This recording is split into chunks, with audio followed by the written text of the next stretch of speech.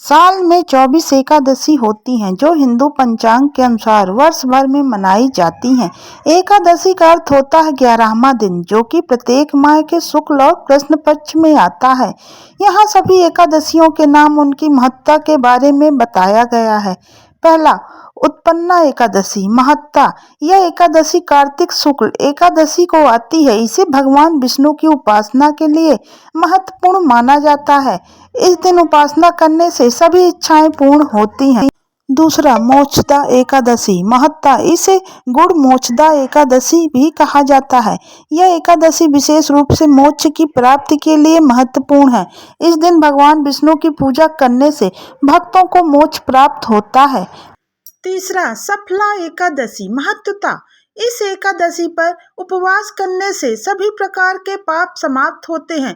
इसे विशेष रूप से सभी इच्छाओं की पूर्ति के लिए मनाया जाता है।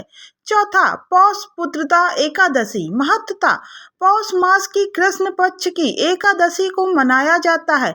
इस दिन संतान सुख की प्राप्ति के लिए विशेष पूजा की जाती है।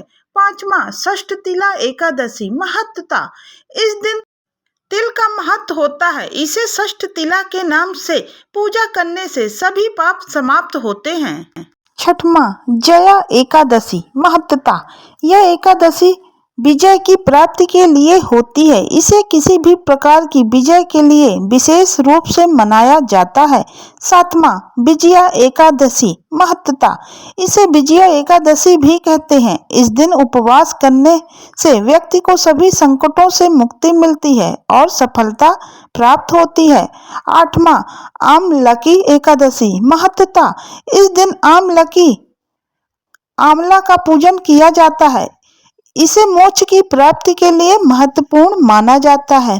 नौवां, पाप मोचनी एकादशी। महत्ता: इस एकादशी का नाम पापों को नष्ट करने के लिए दिया गया है। इस दिन उपवास करने से सभी पाप समाप्त हो जाते हैं। 10वां, कामदा एकादशी। महत्ता: इस दिन उपवास करने से सभी इच्छाएं पूर्ण होती हैं।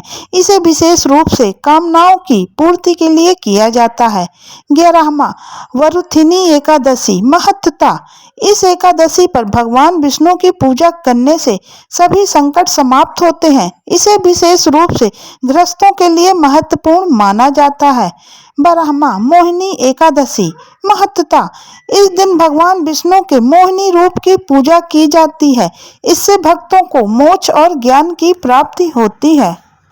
13वां, अपरा एकादशी। महत्ता: इस एकादशी को अपरा देवी की उपासना के लिए मनाया जाता है। इसे विशेष रूप से ज्ञान की प्राप्ति के लिए किया जाता है।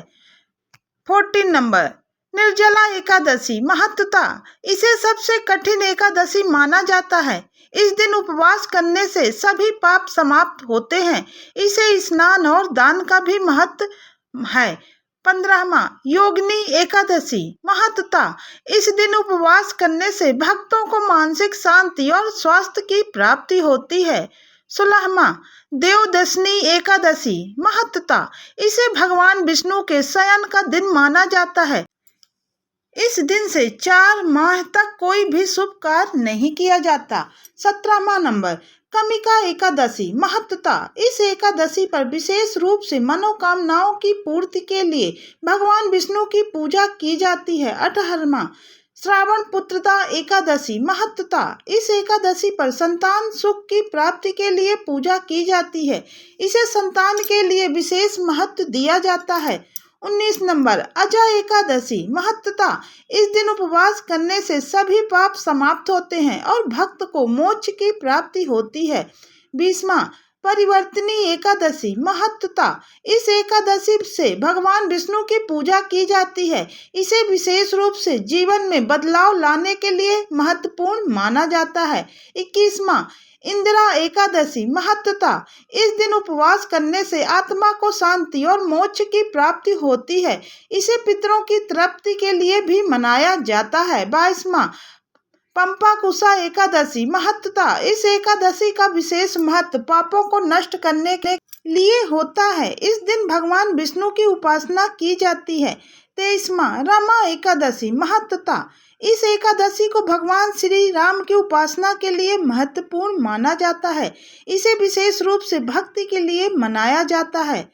24 नंबर, प्रमोदनी एकादशी, जिसे देव उठनी एकादशी भी कहते हैं। महत्वता, यह एकादशी कार्तिक शुक्ल एकादशी को आती है। इसे गौरी एकादशी भी कहा जाता है।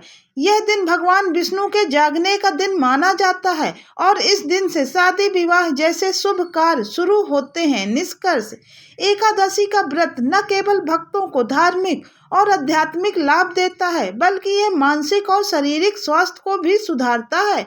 प्रत्येक एकादशी का अपना विशेष महत्व होता है, जिससे भक्त अपने जीवन में सुधार कर सकते हैं और मोक्ष की प्राप्ति कर सकते हैं। तो आपको यह वीडियो कैसा लगा, कमेंट्स करके जरूर बताइएगा। राधे राधे।